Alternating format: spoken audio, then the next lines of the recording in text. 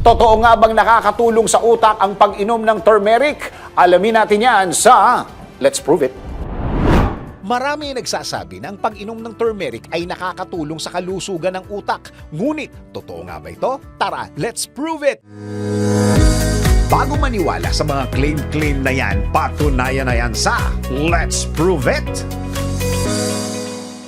Ayon sa University of California, Los Angeles o UCLA, na ang araw-araw na pag-inom ng turmeric tea ay nagpapabuti ng memorya at mood sa mga taong may mild age-related memory loss dahil sa bitbit nitong curcumin. Dagdag pa ni Dr. Jonathan Rasuli na ang curcumin ay may kakayahan na magpataas ng brain-derived neurotrophic factor, isang protina na mahalaga sa memorya at mood regulation. Ayon naman sa Frontiers in Dementia na ang curcumin ay may kakayahang pasiglahin ang hippocampal neurogenesis at synaptogenesis na mahalaga sa pagpapabuti ng cognitive function. Kaya payo ng mga eksperto na kung nais mong mapanatili ang kalusugan ng iyong utak, maaaring isaalang-alang ang pagdagdag ng turmeric sa iyong daily routine upang magdulot ng positibong epekto sa iyong memory loss at mood.